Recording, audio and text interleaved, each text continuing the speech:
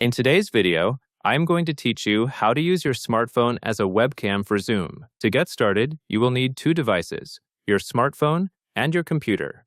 Before anything else, you will open the Google Chrome browser on your computer. Next, you will download and install a Bridge app that can turn your phone into a webcam. Two common examples are Camo and Iriun webcam.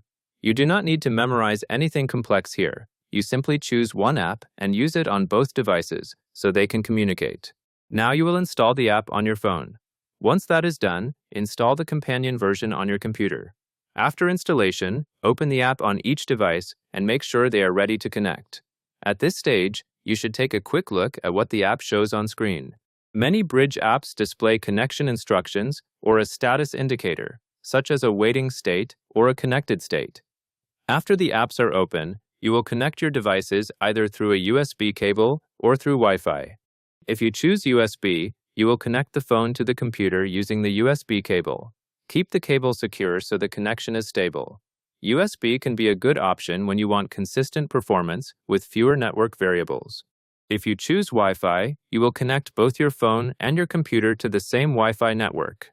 Then open the app on each device again to allow the Bridge connection to establish. When the connection is successful, the phone camera feed should start showing on the computer side in the Bridge app or within its preview area. Open Zoom on your computer and go to your video settings. Look for the camera name that corresponds to the Bridge app you installed. For example, the app may appear as a virtual camera or as a camera option with a recognizable label. Now select that camera source in Zoom.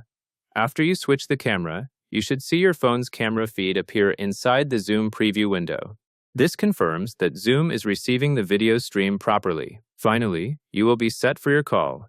Your phone will act like a webcam, and your video will flow through Zoom like normal. That covers everything you need to know.